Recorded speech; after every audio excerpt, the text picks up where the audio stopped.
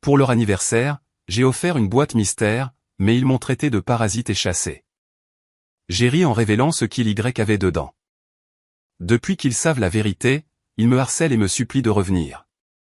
Je m'appelle Léa Dubois, j'ai 28 ans, et ma propre mère vient de me traiter de profiteuse incapable de survivre seule, juste devant 50 invités à sa fête d'anniversaire de mariage.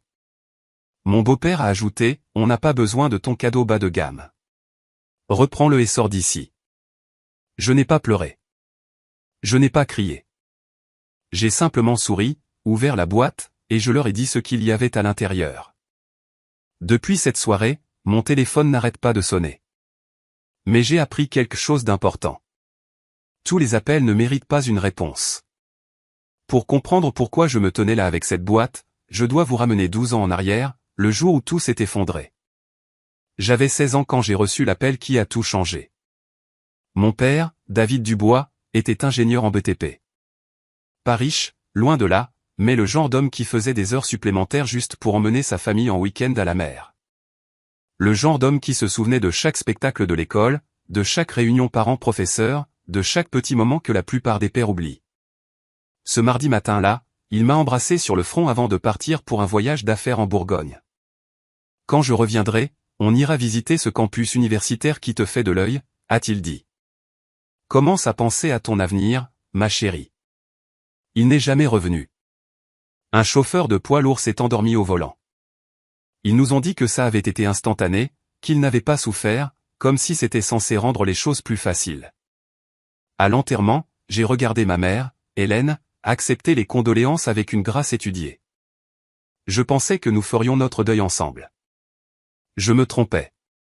En 2 semaines, elle avait emballé toutes les affaires de papa dans des boîtes en carton.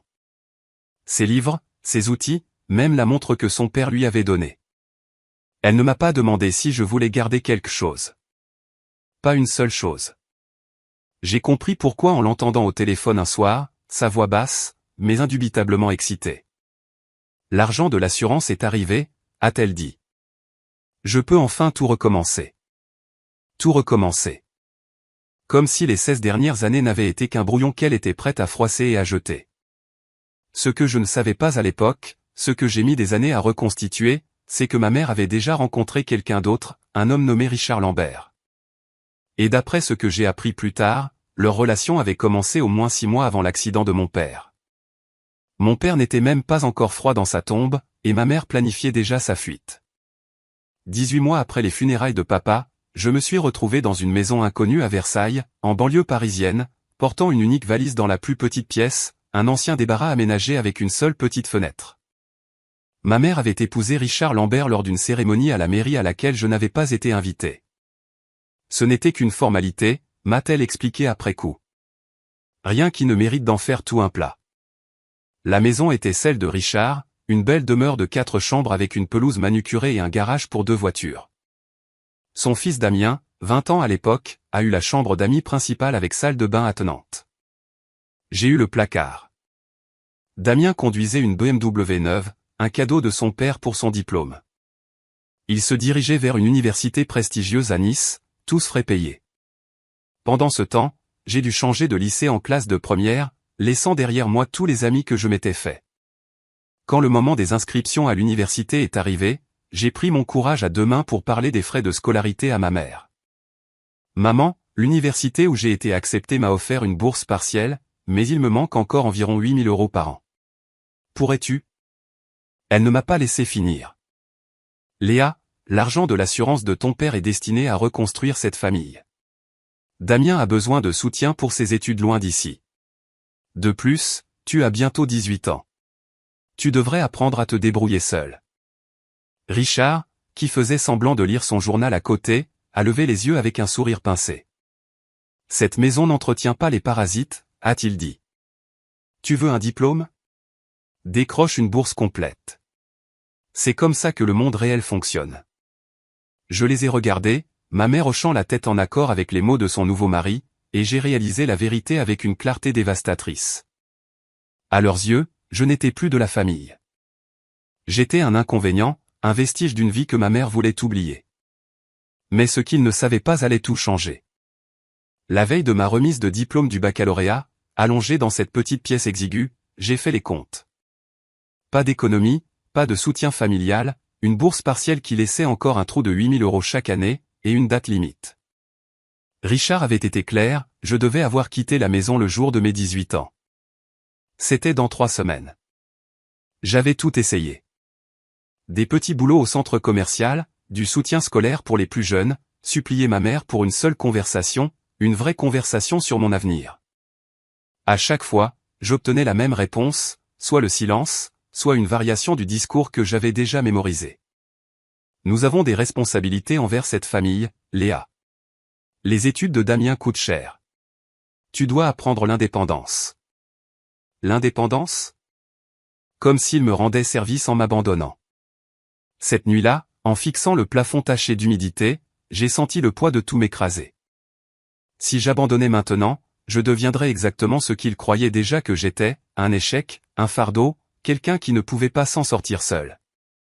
Mais comment leur prouver le contraire quand on n'a rien ? Mon téléphone a vibré sur la table de chevet. J'ai jeté un œil à l'écran. Un numéro inconnu avec un indicatif de Lyon. Un instant, j'ai failli l'ignorer. Probablement un spam ou une erreur, mais quelque chose m'a poussé à décrocher. Léa, dit une voix de femme, à la fois chaleureuse et prudente. C'est Patricia, ta tati Patricia, la sœur de David. Mon cœur s'est arrêté. Tati Patricia, je n'avais pas eu de ses nouvelles depuis l'enterrement. Maman avait coupé tout contact avec la famille de papa presque immédiatement après son remariage. Je sais que ta mère ne veut pas que nous nous parlions, continua Patricia. Mais il y a quelque chose d'important que je dois te dire. Quelque chose que ton père t'a laissé. Ce week-end-là, j'ai dit à ma mère que je restais chez une camarade de classe pour une session de révision. Au lieu de ça, j'ai pris un bus pendant 6 heures pour Lyon.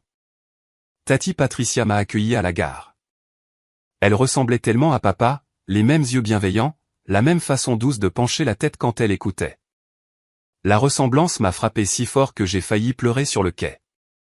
Merci d'être venu, dit-elle en me serrant dans ses bras. Je sais que ce n'était pas facile. Son appartement était petit, mais chaleureux. Des photos de papa jeune homme couvraient un mur. Des images que je n'avais jamais vues auparavant. Des souvenirs que ma mère avait effacés de notre maison. Nous nous sommes assises à sa table de cuisine et Patricia a posé ses mains sur les miennes. Ta mère et moi ne nous sommes jamais entendus, a-t-elle admis. Mais ce n'est pas pour ça que je te dis ça. Je te le dis parce que David me l'a fait promettre. Elle a expliqué comment, après avoir épousé Hélène, mon père avait commencé à s'inquiéter discrètement. Pas pour l'amour, il aimait ma mère malgré tout, mais pour ce qui m'arriverait si quelque chose tournait mal. Ton père ne faisait pas confiance à Hélène avec l'argent, dit Patricia avec précaution. Il voyait comment elle dépensait, comment elle établissait ses priorités. Il avait peur que s'il lui arrivait quelque chose, tu te retrouves sans rien. Alors, il a tout prévu. J'ai cligné des yeux. Tout prévu ? Comment ? Patricia s'est levée et s'est dirigée vers un placard dans le couloir. Quand elle est revenue, elle portait une petite boîte en bois avec des charnières en laiton. Ton père m'a donné ça il y a 5 ans, dit-elle. Il m'a fait promettre de la garder en sécurité et de ne te la donner que lorsque tu en aurais vraiment besoin. Elle a posé la boîte sur la table entre nous. Je pense, ma chérie, que ce moment est arrivé.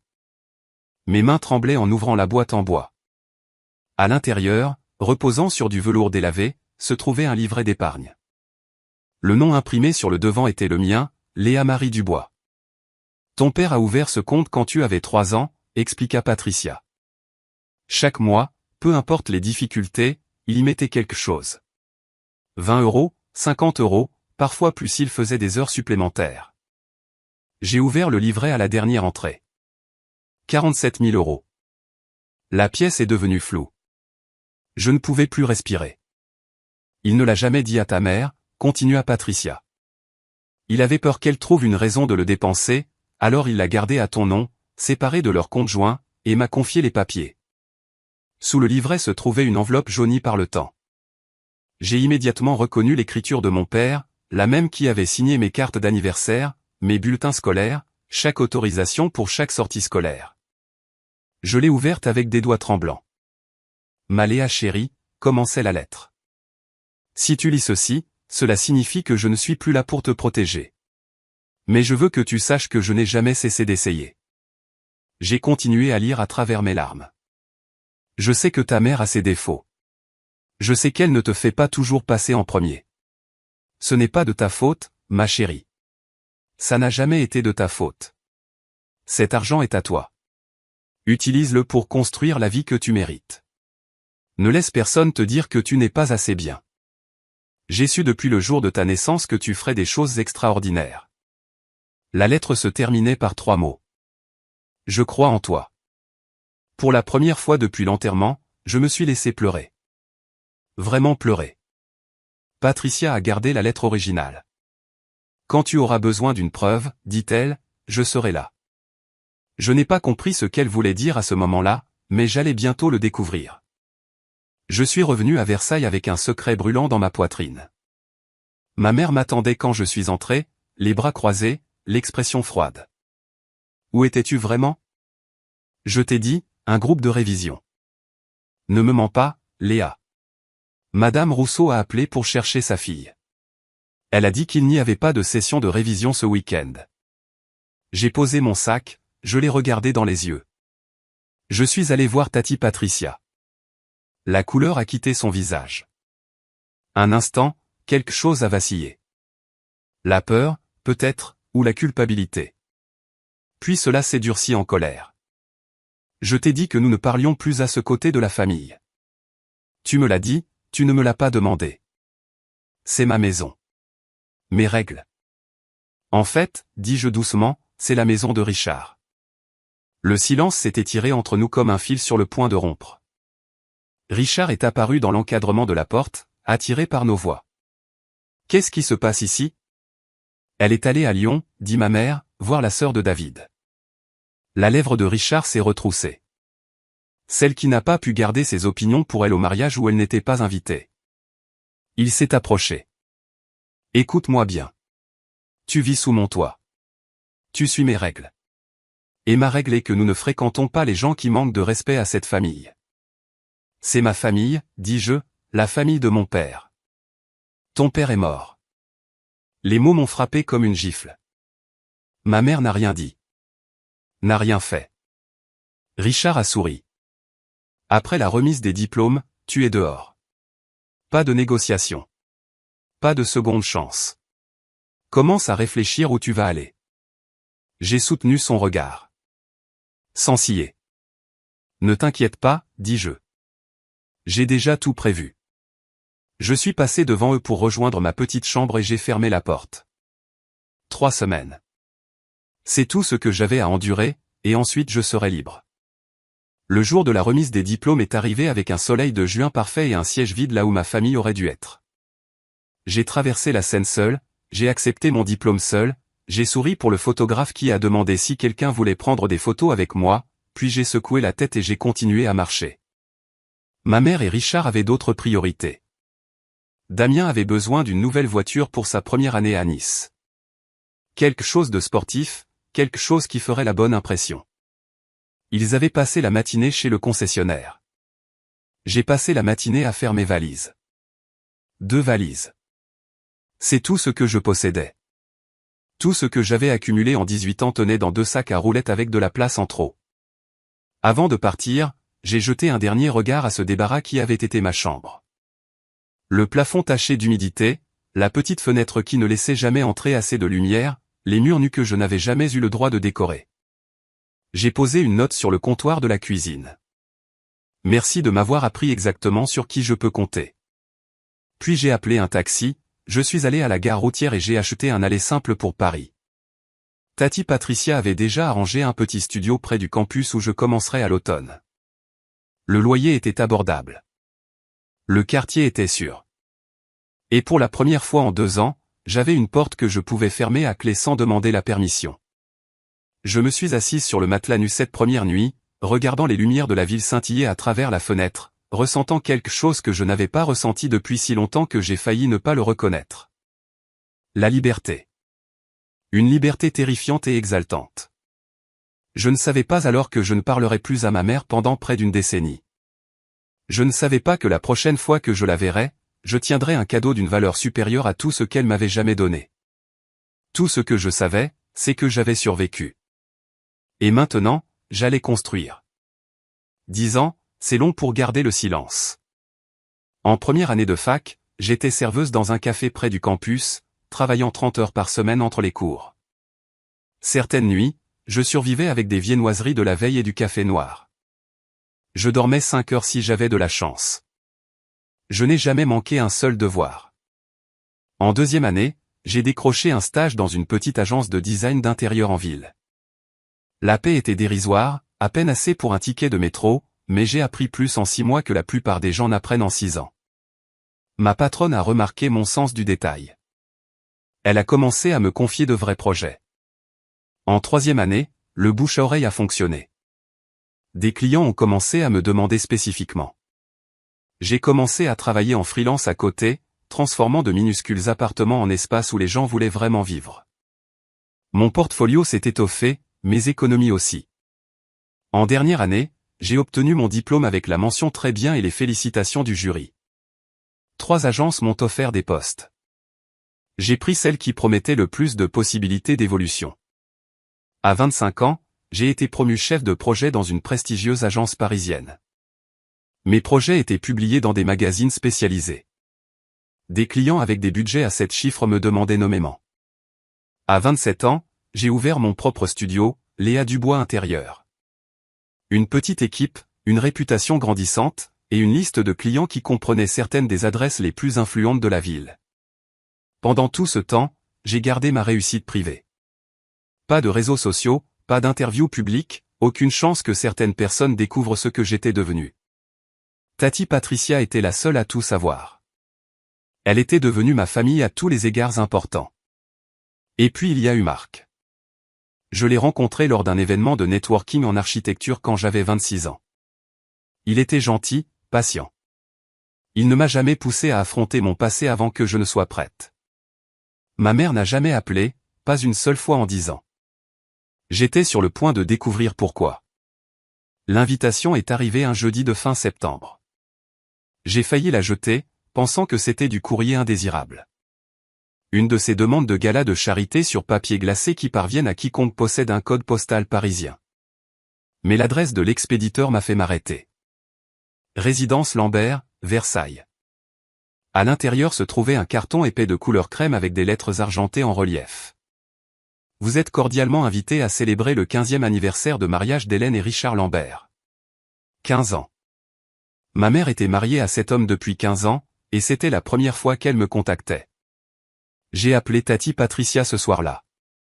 J'ai reçu quelque chose d'étrange par la poste aujourd'hui.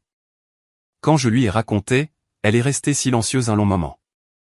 J'ai entendu des choses, dit Patricia avec précaution. Par de vieux amis du quartier.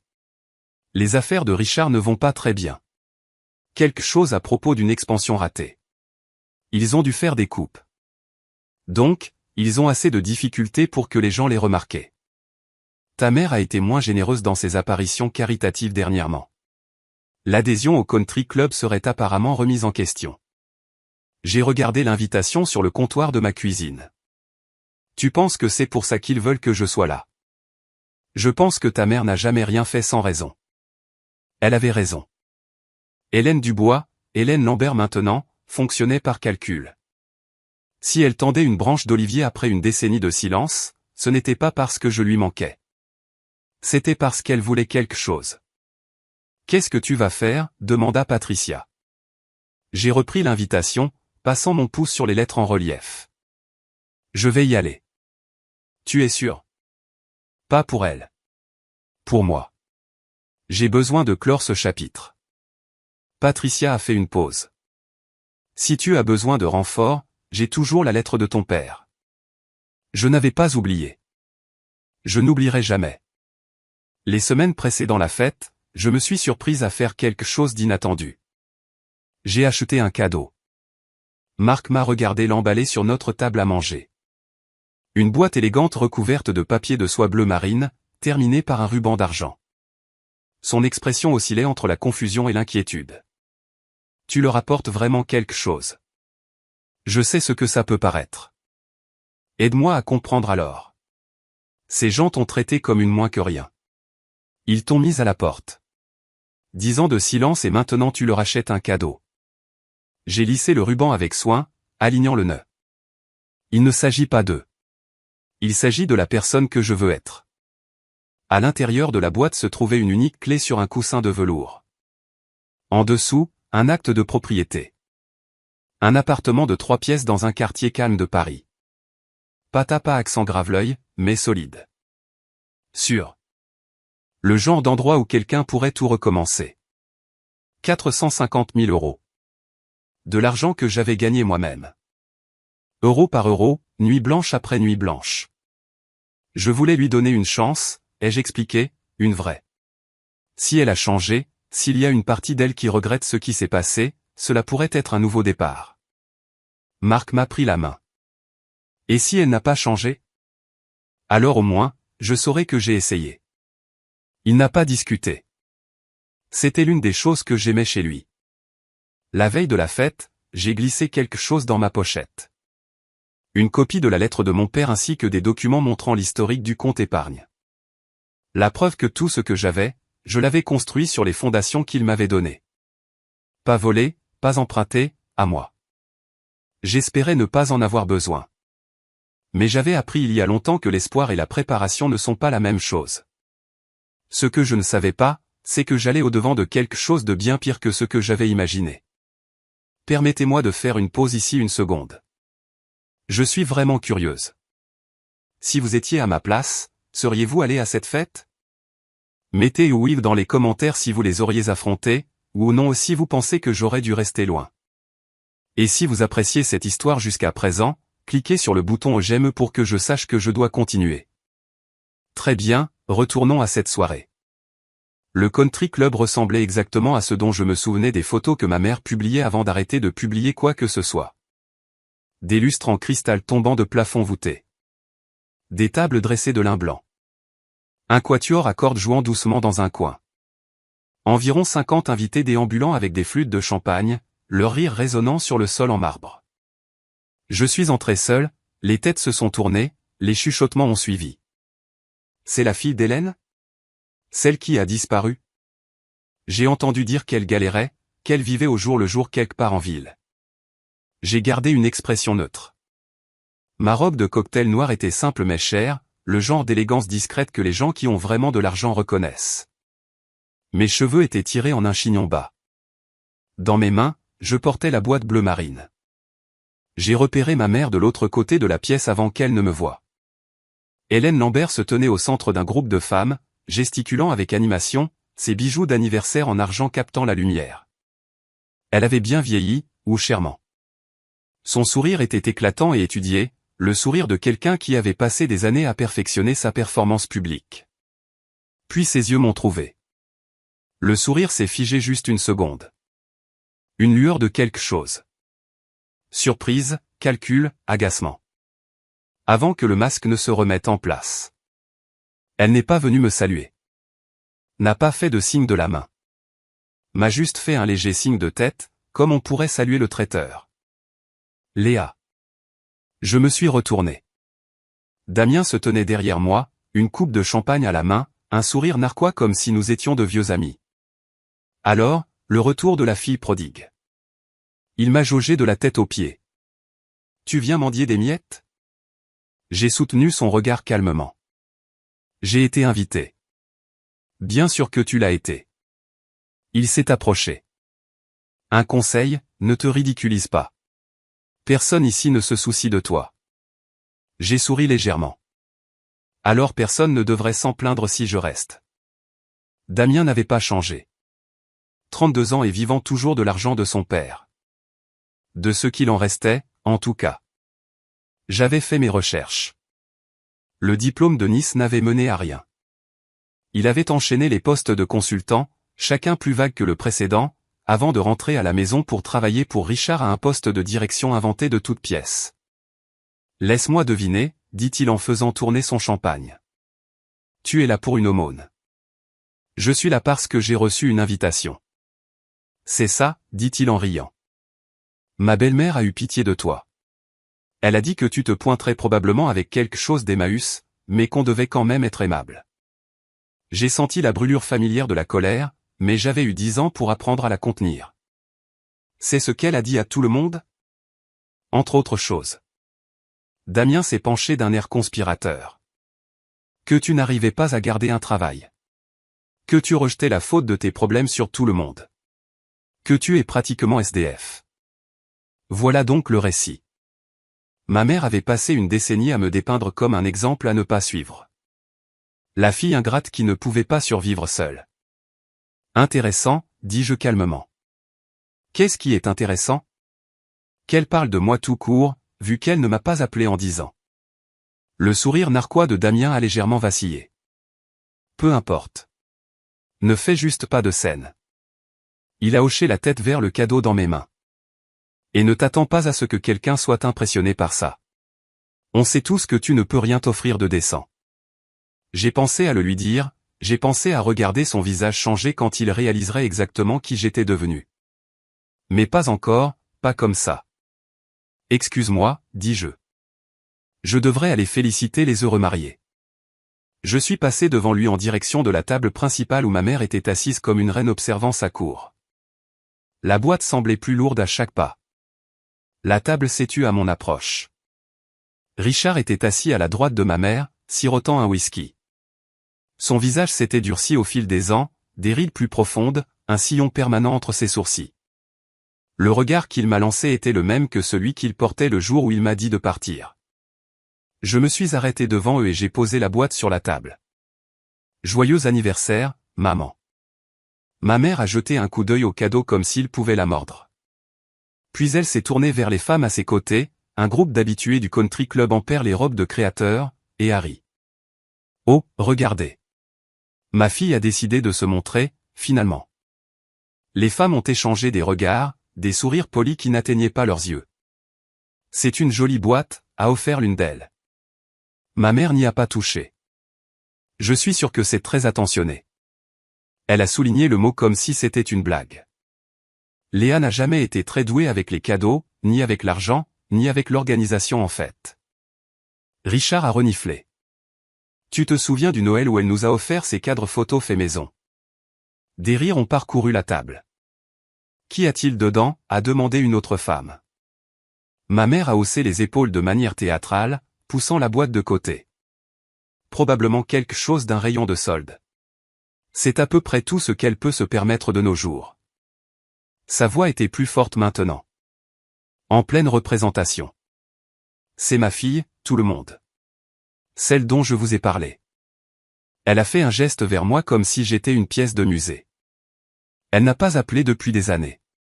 N'a pas réussi à finir ses études correctement. Et maintenant, elle se présente ici avec. Elle a fait un geste dédaigneux vers la boîte.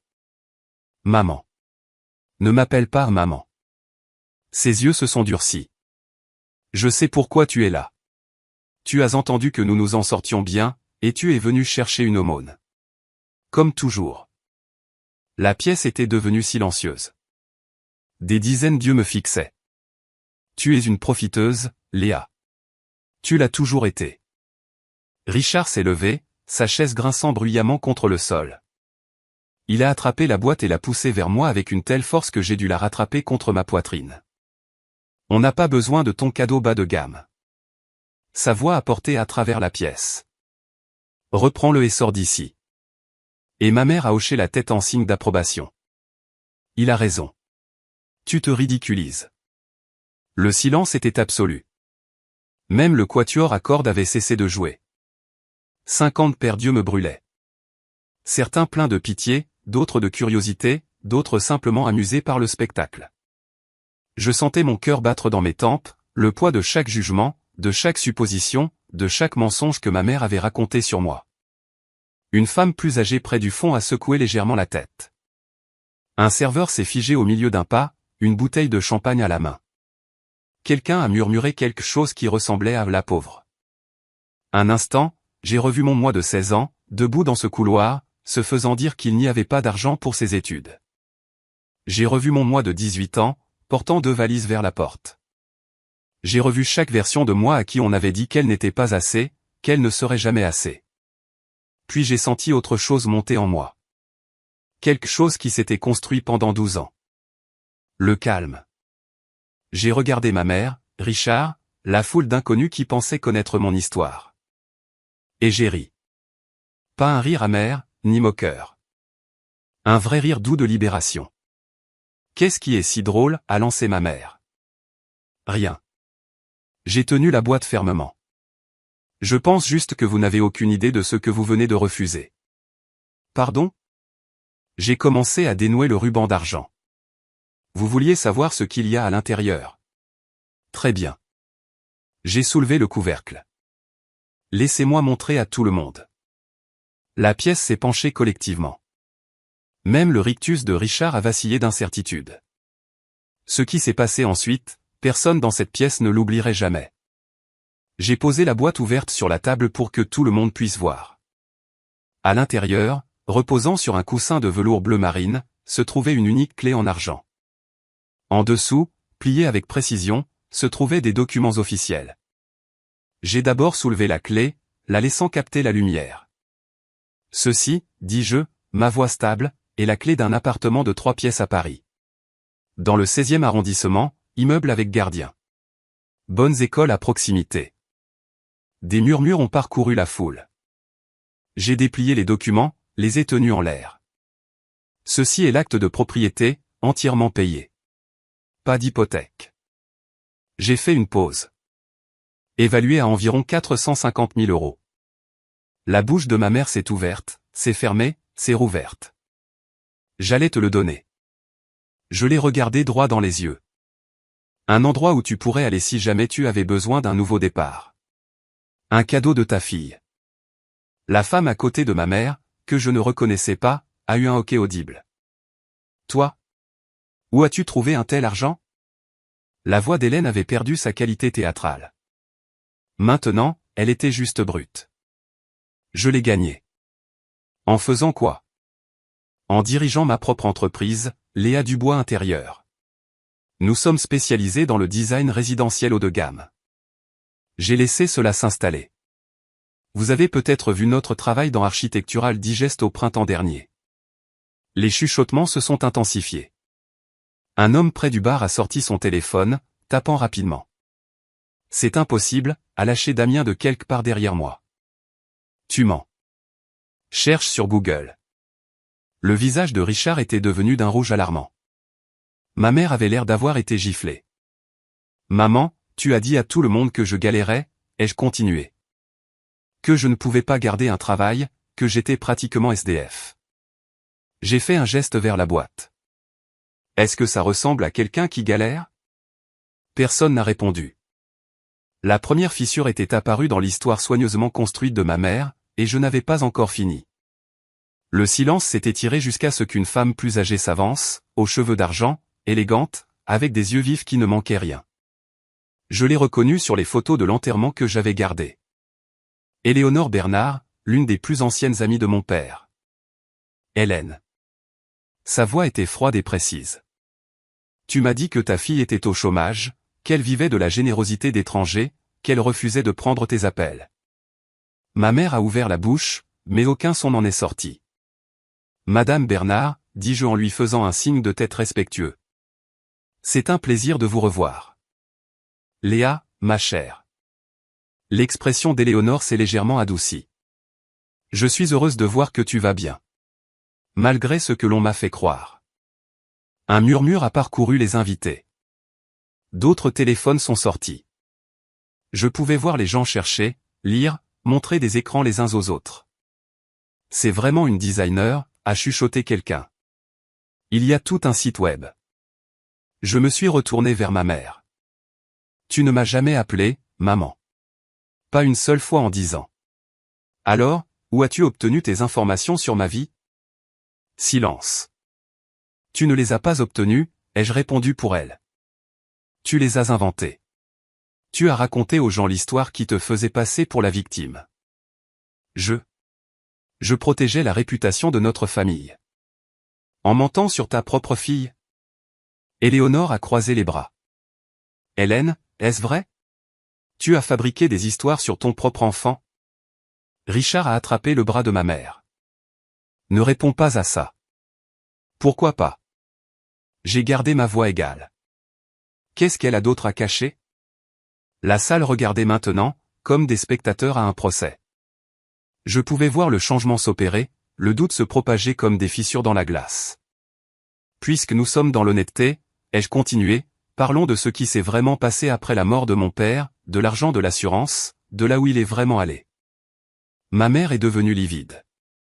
Léa, Ne quoi? Dire la vérité? J'ai fouillé dans ma pochette. J'ai sorti un morceau de papier plié, jauni sur les bords, froissé par des années de manipulation soigneuse.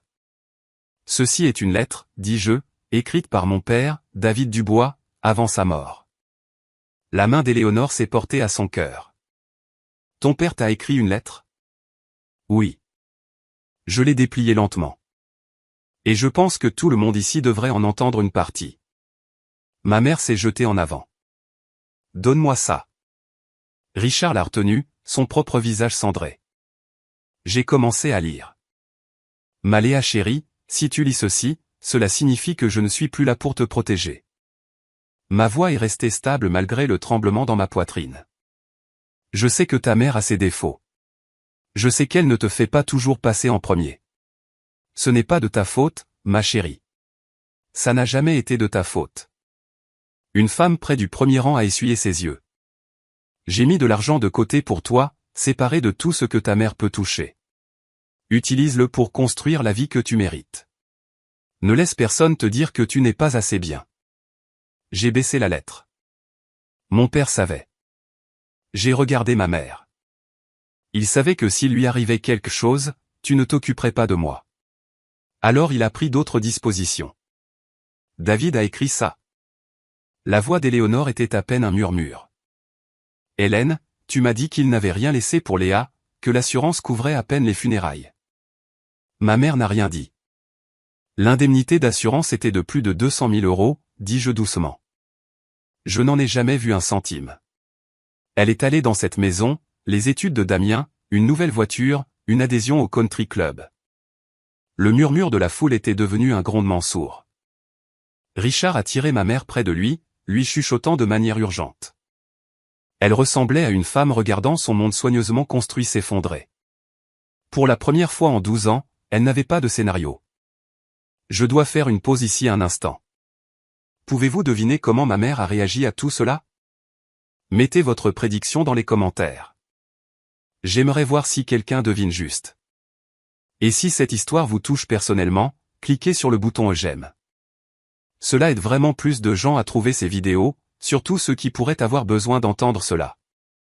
Maintenant, voici ce qui s'est passé ensuite. Ma mère s'est rétablie plus vite que je ne l'avais prévu. Des larmes ont rempli ses yeux. Les mêmes larmes que je l'avais vue convoquer d'innombrables fois auparavant lorsqu'elle avait besoin de sympathie. Léa, ma chérie. Sa voix s'est brisée parfaitement. Je suis tellement désolé. Je ne savais pas. Je ne réalisais pas à quel point je t'avais blessé. Elle a tendu la main vers la boîte. Laisse-moi arranger les choses. Nous pouvons tout recommencer. Je suis ta mère. J'ai retiré la boîte avant que ses doigts ne puissent la toucher. Non. Le mot a flotté dans l'air. Comment ça, non? Les larmes ont séché instantanément, remplacées par quelque chose de plus vif. J'ai apporté ce cadeau pour quelqu'un qui le méritait, quelqu'un qui pourrait réellement vouloir une vraie relation. J'ai refermé le couvercle avec un clic doux. Tu n'es pas cette personne. Tu ne peux pas me faire ça. Sa voix s'est élevée. Pas devant tout le monde. C'est toi qui as commencé. La pièce était devenue d'un silence de mort. Il y a 5 minutes, tu m'as traité de profiteuse devant chaque personne ici présente, ai-je dit. Tu leur as dit que j'étais sans valeur, que je ne pouvais pas survivre seul. Tu leur dis ça depuis 10 ans. C'était différent. Comment? J'ai glissé la boîte sous mon bras. Tu m'as humilié publiquement. Tu as menti sur moi publiquement. Et maintenant tu veux ce que j'ai. Ce n'est pas comme ça que la famille fonctionne. Éléonore s'est approchée, observant l'échange avec un mélange de fascination et de quelque chose qui ressemblait à du respect. Pour être honnête, ai-je continué, je suis venu ici en espérant que tu avais changé, en espérant qu'il y avait une version de toi qui voulait réellement une fille, pas une cible. Le masque de ma mère est tombé complètement. Une fureur pure a éclaté en dessous. Espèce de petite ingrate. Je suis reconnaissante, les yeux coupés. Reconnaissante d'avoir appris très tôt exactement qui tu es. Je me suis tourné vers la porte. Cet appartement ira à quelqu'un qui m'aime vraiment. Richard m'a barré le chemin avant que j'atteigne la sortie. Attends un peu. Sa voix avait changé pour quelque chose de presque amical. Le ton d'un vendeur sentant une affaire lui échapper. Ne soyons pas hâtifs. Nous sommes une famille. Les familles ont des désaccords. Nous ne sommes pas une famille. Tu as été clair là-dessus il y a 12 ans. Des choses ont été dites sous le coup de la colère.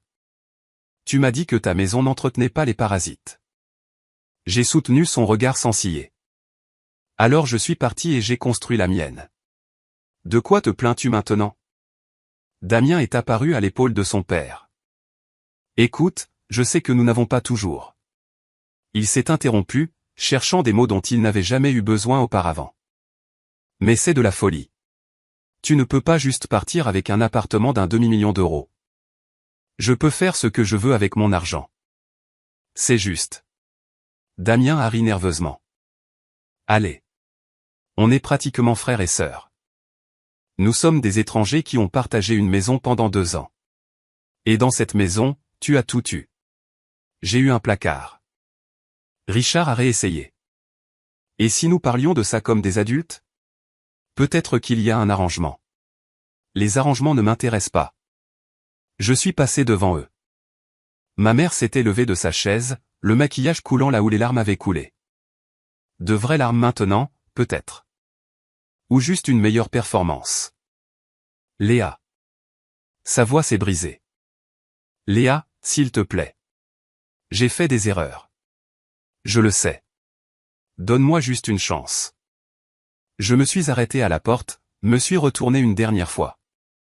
Tu as eu des chances, maman. 12 ans de chance. Tu t'es choisi toi-même à chaque fois.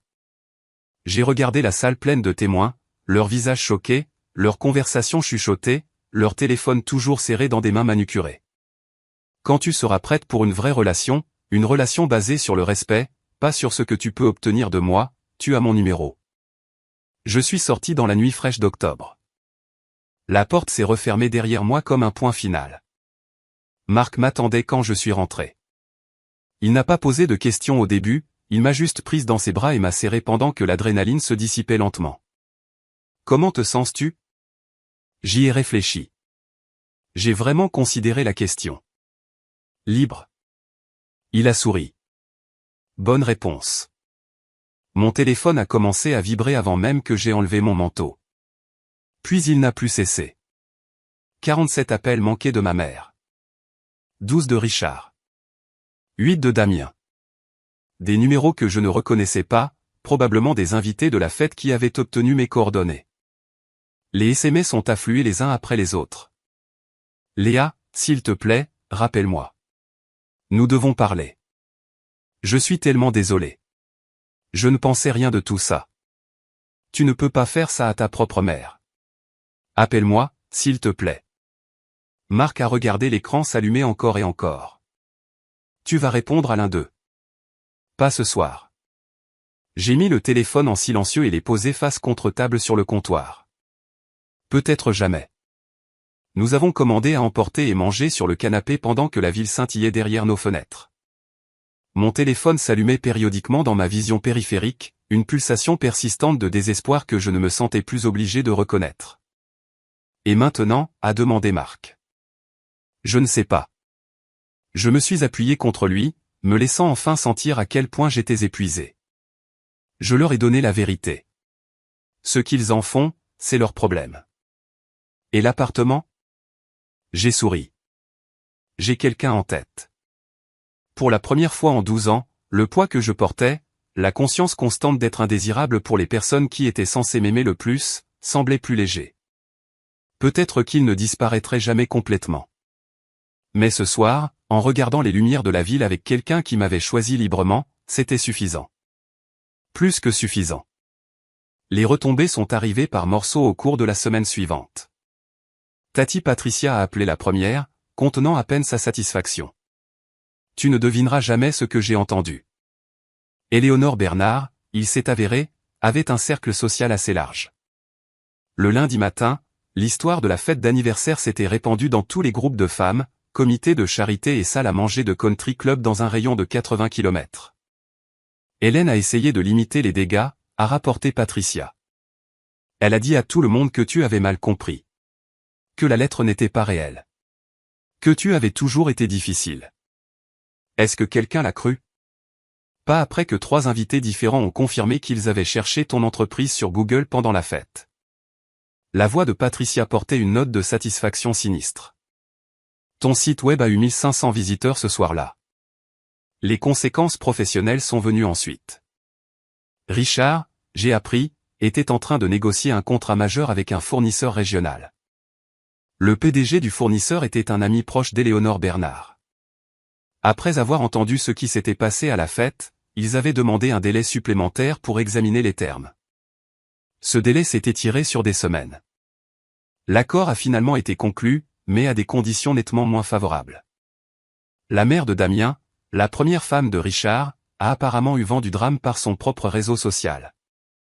Elle a appelé Damien pour lui exprimer sa profonde déception quant à la façon dont il avait traité sa demi-sœur et a réduit de moitié son soutien financier mensuel. Rien de tout cela ne m'a apporté de la joie. Je n'ai pas vérifié les réseaux sociaux de ma mère pour des signes de souffrance ni compté les façons dont le karma avait équilibré la balance. Mais il y avait quelque chose de tranquillement satisfaisant à savoir que la vérité était enfin connue. Pendant des années, ma mère avait contrôlé le récit. Maintenant, le récit s'était corrigé de lui-même. Patricia m'a demandé si je regrettais quoi que ce soit. Non, ai-je dit, j'aurais juste aimé le faire plus tôt. Elle a ri. Ton père serait fier. Je l'espérais. 2 semaines après la fête, j'ai répondu à l'appel de ma mère une seule fois, pour clore le chapitre. Léa. Sa voix était rauque, dépouillée de son vernis habituel. Merci de décrocher. J'ai failli ne pas le faire. Une longue pause. Je sais. Je comprends. J'ai attendu. Je veux que tu saches. Elle a pris une inspiration tremblante. J'ai beaucoup réfléchi à tout ce que tu as dit, au choix que j'ai fait. Je sais que je n'ai pas été la mère dont tu avais besoin. C'était le moment où j'étais censé dire que ce n'était pas grave, que je lui pardonnais, que nous pouvions repartir à zéro. Je ne l'ai pas fait. Qu'est-ce que tu regrettes spécifiquement, maman? Silence. Parce que de mon point de vue, on dirait que tu regrettes de t'être fait prendre, pas ce que tu as réellement fait. Ce n'est pas elle s'est arrêtée. A recommencer. Quand ton père est mort, j'étais terrifié. J'ai grandi sans rien. Ma mère a été abandonnée avec 3 enfants et pas d'argent. Je me suis juré que ça ne m'arriverait jamais. Alors tu m'as abandonné à la place. Je ne le voyais pas comme ça. Je sais. C'est ça le problème. Je l'ai entendu pleurer. De vrais pleurs cette fois. Le genre laid, sans grâce. Je voulais juste être en sécurité, a-t-elle murmuré. J'avais tellement peur de finir sans rien. Je comprends la peur. J'ai gardé ma voix douce mais ferme. Mais avoir peur ne te donne pas le droit de blesser les gens qui dépendent de toi. Que puis-je faire? Comment puis-je arranger ça? Je ne sais pas si tu peux. J'ai pris une inspiration. Mais si tu veux une quelconque relation avec moi à l'avenir, elle doit être réelle, égale, sans manipulation, sans histoire sur moi à tes amis. D'accord? Et sans appeler pour demander de l'argent ou des faveurs. Une pause plus longue. Je comprends. Je l'espère, maman. Je l'espère vraiment. J'ai raccroché. Ce n'était pas un pardon, mais c'était une limite. 6 mois plus tard, j'ai donné l'appartement. Pas à ma mère, à Tati Patricia. Elle se tenait dans le salon vide, des larmes coulant sur son visage, la clé serrée dans sa main comme une bouée de sauvetage. Léa, je ne peux absolument pas si, tu peux. Je l'ai serré fort dans mes bras. C'est toi qui m'as sauvé. Tu as tenu la promesse de papa quand personne d'autre ne l'a fait. C'est à toi. Elle avait passé 30 ans dans ce minuscule appartement de Lyon, remboursant ses dettes d'école d'infirmière, faisant des gardes doubles à l'hôpital. Elle méritait un endroit avec une belle lumière, un gardien et des voisins qui apportent des biscuits à Noël. L'article dans Architectural Digest a mené à 3 nouveaux clients de haut vol. Mon équipe est passée de 4 à 7 personnes. Marc et moi nous sommes fiancés un mardi soir tranquille. Pas de fanfare, pas de public, juste nous deux et une bague qui avait appartenu à sa grand-mère. J'ai construit une famille, pas celle dans laquelle je suis né, mais celle que j'ai choisie. Patricia, Marc, ma colocataire de fac qui m'avait laissé dormir sur son sol pendant les années difficiles. Ma première patronne qui avait cru en moi avant que je ne croie en moi-même. Ma mère appelait une fois par mois. Des conversations courtes, superficielles. Elle n'a plus jamais demandé de nouvelles de l'appartement. Les affaires de Richard se sont stabilisées finalement. Damien a trouvé un vrai travail selon les rumeurs, quelque chose dans la vente. S'ils avaient vraiment changé ou juste appris à mieux cacher leur vraie nature, je ne saurais le dire. Cela n'avait plus d'importance. J'avais passé tant d'années à attendre que ma mère m'aime comme j'en avais besoin, qu'elle me choisisse, qu'elle prouve que je valais quelque chose. Ce que j'ai finalement compris, c'est que je posais la mauvaise question depuis le début. La vraie question n'était pas de savoir si je méritais d'être aimé. C'était de savoir si elle en était capable. Parfois, tard le soir, j'écris des lettres que je n'enverrai jamais. Celle-ci est adressée à une jeune fille de 16 ans, debout dans un couloir, se faisant dire qu'elle ne vaut pas un investissement de 8 000 €. Chère Léa, je sais que tu as peur en ce moment. Je sais que tu es allongée dans cette petite chambre au plafond taché, te demandant si tout le monde a raison à ton sujet. Si tu es vraiment aussi sans valeur qu'ils te le font sentir. Tu ne le es pas. Les gens qui étaient censés te protéger se sont choisis eux-mêmes à la place.